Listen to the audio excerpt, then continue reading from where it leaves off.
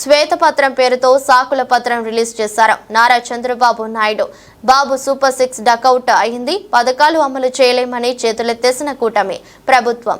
బుగ్గన రాజేంద్రనాథ్ రెడ్డి మాజీ ఆర్థిక మంత్రి. నిన్న ఆంధ్రప్రదేశ్ రాష్ట్ర ముఖ్యమంత్రి నారా చంద్రబాబు నాయుడు గారు white paper on state finances అని అసెంబ్లీ సాక్షిగా రిలీజ్ చేయడం జరిగింది. అయితే ఆ వైట్ పేపర్ డాక్యుమెంటు బాగా దాదాపు 30 చిల్లర పేజీలు ఉంది డాక్యుమెంటు పీపీటీ రూపంలో. అది చూస్తే చాలా ఆశ్చర్యంగా ఉంది. ఇప్పుడు ఇందులో ఈ వైట్ పేపర్ అనేది ఎవరైనా కానీ ఎప్పుడు రిలీజ్ చేస్తారు? మీరు విజయవంతంగా మీ పరిపాలన మొదలుపెట్టి ఈ విధంగా ముందుకు తీసుకోబోతున్నాము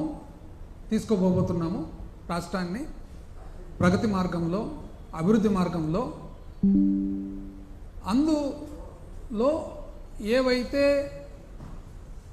కొద్దిగా ఇబ్బందులు ఉన్నాయో, డెఫిషియన్సీస్ ఉన్నాయో, తక్కువలు ఉన్నాయో అవన్నీ కూడా ఈ విధంగా రిజాల్వ్ చేయబోతున్నాం. అంటే వైట్ పేపరు ఇదేందండి? వైట్ పేపర్ ఇచ్చేసి క్లీన్గా చేతులు ఎత్తేసినట్లుంది ప్రభుత్వం. ఇంత లావు డాక్యుమెంట్ కూడా అవసరం లేదు. స్ట్రెయిట్ అవే 30వ పేజీకి వెళ్ళిపోవాలి. సారాంశం అంతా 30వ పేజీలో ఉందన్నమాట. ఇంత లావు డాక్యుమెంట్ కూడా అవసరం లేదు.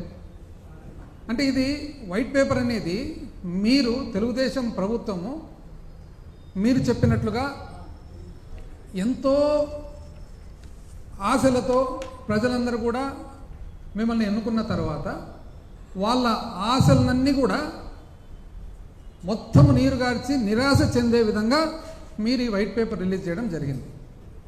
ఇది అసలు చూసిన తర్వాత అనిపిస్తుంది, ఇది శ్వేతపత్రమా లేదా సాకుపత్రమా? శ్వేతపత్రమా లేదా సాకుపత్రమా? అన్ని సాకులు కనపడుతూ ఉన్నాయి. ఆ సాకులు కూడా అన్ని ఇన్వాలిడ్ సాకులు. నేను చెప్తాను ఎందుకు ఇన్వాలిడ్. అసలు సూపర్ 6 అని చెప్పి మీ సూపర్ 6 మీద ఎంతో నమ్మకంతో ప్రజలందరూ కూడా మిమ్మల్ని ఎన్నుకుంటే,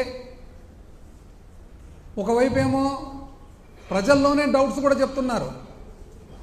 అసలు ఈ విధంగా ఇన్ని సీట్లు ఎట్లొచ్చినాయి, ఈ విధంగా ఇంత మెజారిటీలు ఎట్లొచ్చినాయని చెప్పి ప్రజలు ప్రశ్న ఒకవైపు. ఈ మధ్యకాలంలో సీనియర్ ఐఏఎస్ ఆఫీసర్స్ కూడా ఎంతోమంది ప్రశ్న వేస్తున్నారు అసలు ఎన్నికల విధానంలో. సరే, ఏది ఏమైనా కూడా సూపర్ 6 ఇప్పుడు మొదలు కాకముందే మొట్టమొదటి ఓవర్లోనే సూపర్ 6 డక్అవుట్ అయినట్లుంది. సూపర్ 6 కాస్త డక్అవుట్.